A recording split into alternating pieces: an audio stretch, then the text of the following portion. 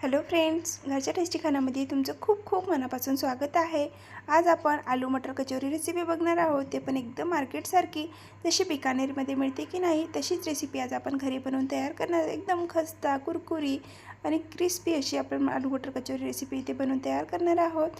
तर त्यासाठी ते मी गॅसवर एक पॅन ठेवलेला आहे, त्यामध्ये 1 चमचा हिरवी सोप घ्यायचा आहे, 1 चमचा धने ॲड करत आहे, 1 चमचा जिरा ॲड केलेला आहे। आता आपल्याला हा मसाला 2-3 मिनिटापर्यंत छान असा घरभर सुगंध सुटेपर्यंत खरपूस भाजून घ्यायचा आहे। तर मसाला इथे भाजून तयार झाला आहे, प्लेटमध्ये काढून गार करून घेते। मसाला जोपर्यंत छान थंड होत नाही ना तोपर्यंत कुरकुरा होत नाही, म्हणून मसाल्याला पूर्णपणे इथे थंड करून घ्यायचा आहे। त्यानंतर मिक्सरच्या पॉटमध्ये ॲड करून घ्यायचा आहे आणि त्याला मिक्सरला लावून छान असं जाडसर इथे वाटून घ्यायचं आहे। तर इथे मसाला मी मिक्सरच्या पॉटमध्ये ॲड करून घेतलेला आहे। त्यामध्ये आता 4 ते 5 हिरव्या मिरच्या ॲड करत आहे। तर हिरव्या मिरच्या तुम्ही इथे आपल्या चवीनुसार कमी जास्त करू शकता। अर्धा इंच अद्रकाचा तुकडा ॲड करून मिक्सरला लावून छान असं दरदरा वाटून घेतलेला आहे। खूप जास्त बारीकही नाही आणि खूप जास्त मोठाही नाही, अशी इथे पेस्ट करून घेतलेली आहे। तर आपला कचोरीचा मसाला वाटून तयार झालेला आहे। लगेच गॅसवर पॅन ठेवून घेतलेला आहे। पॅन व्यवस्थित गरम झाल्यानंतर त्यामध्ये 3 चमचा इतकं तेल ॲड करून घेतलं आहे। तेलसुद्धा गरम झालं आहे। आता त्यामध्ये वाटून घेतलेलं कचोरीचा मसाला ॲड करायचा आहे। मसाला ॲड केल्यानंतर परत 2-3 मिनिटापर्यंत छान घरभर सुगंध सुटेपर्यंत भाजून घ्यायचा आहे। मसाला छान भाजला की त्यामध्ये आता अर्धा वाटी इतकं बॉईल केलेले हिरवे वाटाणे ॲड करून घेतलेले आहेत।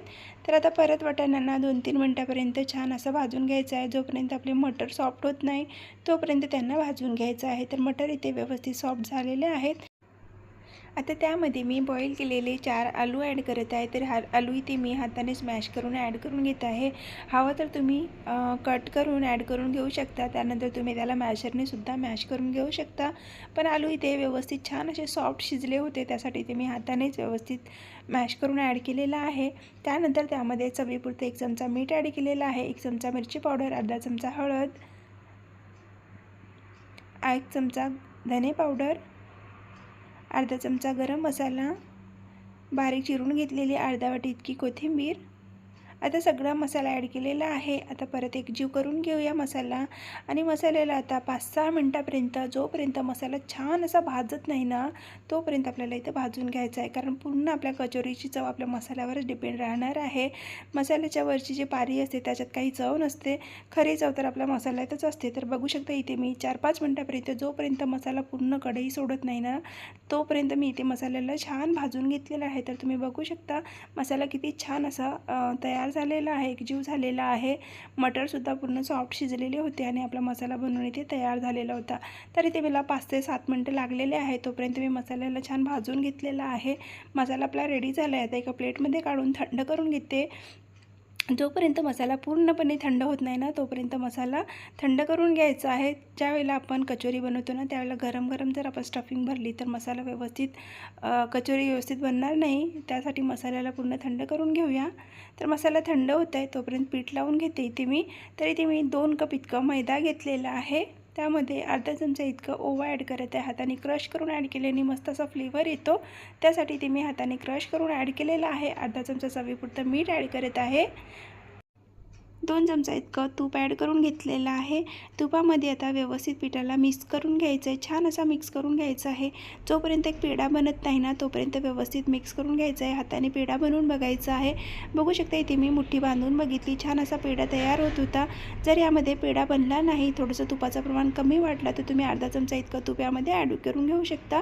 माझा तूप इथे व्यवस्थित होता। तर आता 1 कप पाणी घेतलेलं आहे, थोडं थोडं पाणी ॲड करून आपल्याला डो लावून घ्यायचं आहे।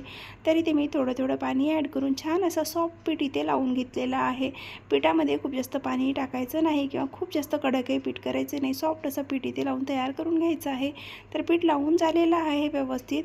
तर आता लगेच मी इथे कचोऱ्या बनवण्यासाठी तयार करून घेणार आहे। तर मी 10 मिनिटासाठी रेस्टवर ठेवलेलं होतं पीठ, परत हाताने छान असं चुरून घेतलेलं आहे पिठाला। आता लगेच आपण कचोरी तयार करून घेऊया। तर स्टफिंग तयार आहे, लगेच आपला पीठसुद्धा लावून मी रेडी करून घेतलेलं आहे। स्टफिंग थंडगार झालेली होती, सगळंच रेडी झालं आहे। तर लगेच आपण कचोऱ्यासुद्धा रेडी करूया। त्यासाठी मी छोटे छोटे बॉल्स तोडून घेत आहे एकाच वेळेला भरपूर सारे, कारण बनवायला सोपं जाणार, जास्त त्रास होणार नाही किंवा खूप जास्त वेळसुद्धा लागणार नाही, म्हणून मी एकाच वेळेला सगळे बॉल्स इथे रेडी करून घेतलेलं आहे। स्टफिंगचे सुद्धा आपण बॉल्स तयार करून घेऊया, म्हणजे आपल्याला बनवायला सोपं जाईल। तर इथे मी एक एक करून सगळे इथे बॉल्स सोडून घेतलेले आहे, पिठाचे गोळे तयार करून घेतलेले आहे. लगेच आपण स्टफिंग भरून घेऊया. आता काय करायचं, थोडं थोडं मसाला घ्यायचा आहे. लिंबाच्या आकाराचा एक पेढा तयार करून घ्यायचा आपल्याला. तर इथे थोडं थोडं इथे मी मसाला घेऊन त्याचे बॉल्स तयार करून घेणार आहे. तर एकाच वेळेला सगळे बॉल्स इथे मी तयार करून घेतलेले आहे, कारण आपल्याला बनवायला सोपं जाईल कचोरी आणि पटकन अगदी 10 ते 15 मिनटामध्ये आपल्या पूर्ण कचोऱ्या बनवून तयार होतील.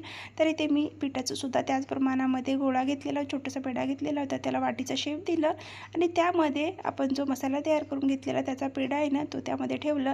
खालच्या बाजूने प्रेस करत त्याला वर आणलं पिठाला आणि त्याला लॉक करून घेतलेलं आहे. तर तुम्ही बघू शकता व्हिडिओमध्ये ज्याप्रमाणे मी बोलत आहे त्याचप्रमाणे सांगितलेलं आहे, तसंच मी व्हिडिओमध्ये तुम्हाला दाखवत आहे. तर या प्रकारे थोडंसं वर पीठ येतो ना, तो त्याला तिथं दाबून घ्यायचा. खूप जास्त प्रमाणात पीठ येत असेल ना वरच्या बाजूला, तर तो काढून घ्यायचा. एकदम जास्त पीठ ठेवायचं नाही, थोडंसं असेल तर ठेवू शकता, नाहीतर एकदमच पीठ काढून घ्याल तर कचोरी तेलामध्ये गेल्यानंतर फुटू शकते. तर आता काय करायचं, दोन्ही हाताच्या मधोमध ठेवायचं, थोडंसं प्रेस करायचं आणि त्याला चपटं करून घ्यायचं, म्हणजे कचोरी छान तेलामध्ये गेल्यानंतर फुलते. तर अशा प्रकारे मी तुम्हाला दुसरीसुद्धा इथे पुरी बनवून दाखवणार आहे कचोरी. तर अशा प्रकारे एक छोटासा गोळा घ्यायचा, त्याला पुरीचं थोडंसं खोल अशी वाटी बनवून घ्यायची, त्यामध्ये स्टफिंग भरायचं आणि त्याला ब्लॉक करून घेतल्यानंतर मधोमध हाताच्या ठेवायचं, प्रेस करून घ्यायचं आणि छान अशी पुरीसारखं छोटंसं आपल्याला इथे तयार करून घ्यायचं आहे कचोरीला. तर इथे मी एक एक करून सगळ्या कचोऱ्या बनवून घेतलेल्या आहेत. अर्ध्या कचोऱ्या बनवायच्या बाकी आहेत, त्या आपण नंतर बनवून घेऊया. जोपर्यंत हे बॅच तळून होईल ना, तोपर्यंत बाकीच्या कचोऱ्या पण बनवूया.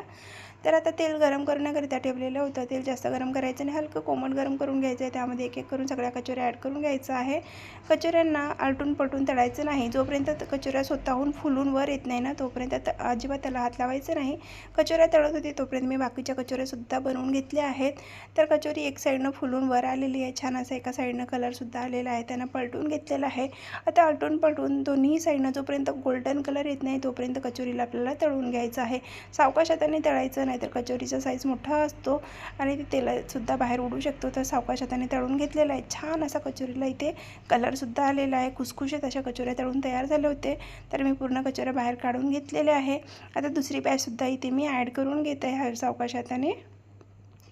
तर एक एक करून इथे मी सगळ्याच कचोऱ्या दुसरी बॅचसुद्धा ॲड केलेली आहे. तीसुद्धा तळून रेडी झालेली आहे, काढून घेते. तर इथे मी पूर्ण कचोऱ्या काढून तळून घेतलेल्या आहे, सर्वसुद्धा केलेलं आहे. तर तुम्हाला ही रेसिपी कशी वाटली कमेंटमध्ये नक्की सांगा. रेसिपी आवडली असेल तर चॅनलला लाईक, शेअर, सबस्क्राईब करायला विसरू नका. थँक्यू.